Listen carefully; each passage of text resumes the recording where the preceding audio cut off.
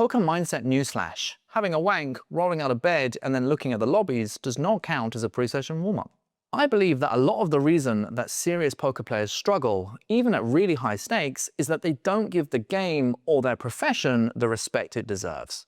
A professional athlete would never, ever come onto the pitch without a warm-up and a proper recovery protocol in place. So why would high-level poker be any different? So what could that look like? Well, here's what I do with my one-on-one clients. This is part 4 of 10 of my Essentials of Poker Mindset and Performance series. So let's talk about a pre-session warm-up. So essentially, we want to get you ready to perform without taxing yourself too much. Now, depending on when your target window for volume is, this is going to vary. If playing poker is the very first thing that you do in the morning, this is going to be relatively easy. More difficult if it's towards the end of the day. Our priority is to get you ready to play whilst eliminating distraction, stress, and cognitive overload. And there are lots of ways that you could do this. I'm going to distill it down into three very simple qualities: movement, stillness, and intention. Before we sit down to play, in my opinion, we want to get into the body. We want to move around a little bit. If you are sitting down for a big MTT session, then I suggest a lot of movement, going for a run, going for a gym session. If you are sitting down for a few hours of cash, maybe it can just be a gentle walk or a bit of stretching. Essentially, we want to have a little bit of time where we're not so caught up in the mind and just getting into the body. There's lots of reasons for this. Movement also does a really good job of balancing your hormonal systems so that your emotional reactivity and stability is more likely to be where we want it to be during the poker session. After some movement, we want to be creating a little bit of stillness so that we are coming into the session with the same energy that we want to be exhibiting during the session. So we are calm, relaxed, and focused. The best way to do this, in my opinion, is meditation.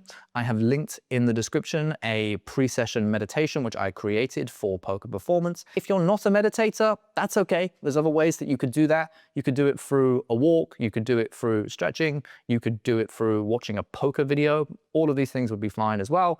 Essentially, we just want to be engaging in a behavior or an activity which is making us feel relaxed and calm before the session. Then we want to be creating some intentionality for the session. Intention is one of my favorite words in the performance space. We want to be clear coming into the session, what does a good, successful couple of hours of poker look like? My favorite way to do this personally is to create 3 pre-session intentions. 1 pre-flop, 1 post-flop, and 1 mindset. So write down on a piece of paper your mindset intention for the session, your pre-flop intention for the session, and your post-flop intention for the session.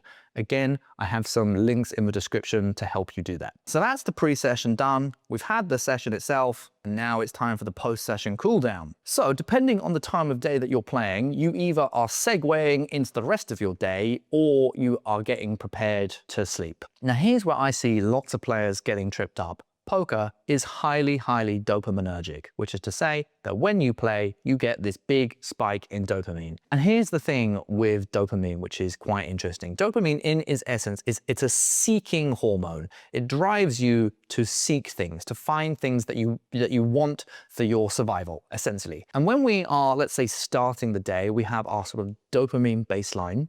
And when you get a spike of dopamine, it goes up.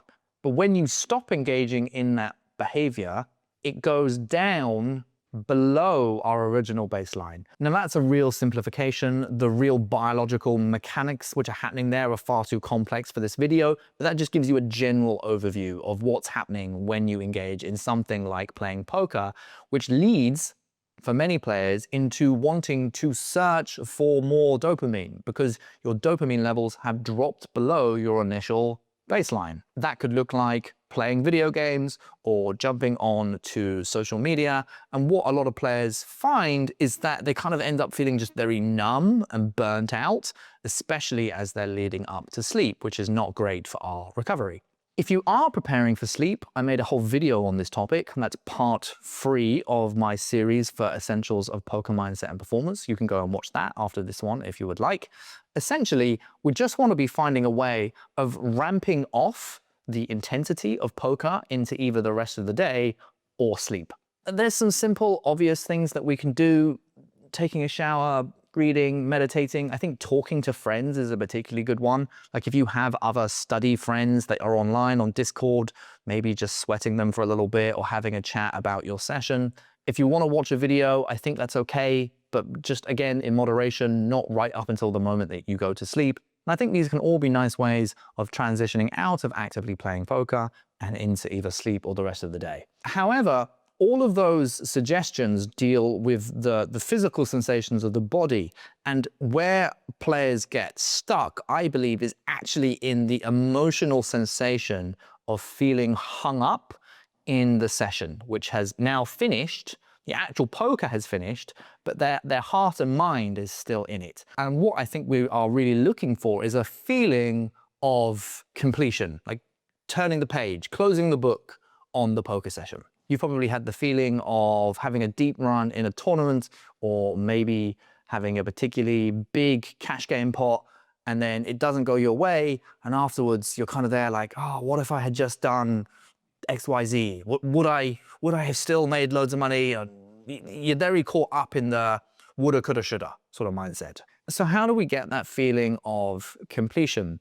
Well, this is a really big topic, and in a very real way, I think this is starting to get into more philosophical or maybe even spiritual territory of finding acceptance with life as it is. That's too big a topic to get into in this video.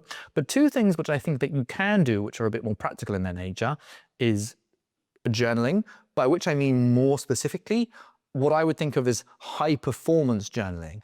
And if you look at high performers in many, many, many different industries, whether that be in sports or business or entrepreneurship or poker, many of them will have a way of airing out their thoughts through pen and paper to help kind of calm the mind.